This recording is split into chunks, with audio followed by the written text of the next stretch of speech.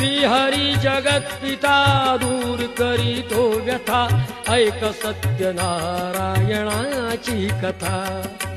ऐक सत्यनारायणाची कथा ऐक सत्यनारायणाची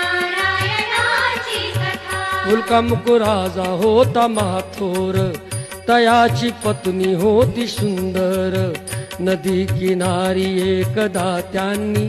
घातली महापूजा दोघांनी आली एक नौका त्याच मार्गानी नाव भरलेली पूर्ण द्रव्यानी होती व्यापारी साधू बाण्याची रीत पाहण्यास आला पूजनाची उल्कामुख त्यास बोले ऐकावे व्रत नारायणाचे अचरावे मनोइच्छित फळ मागावे चरणी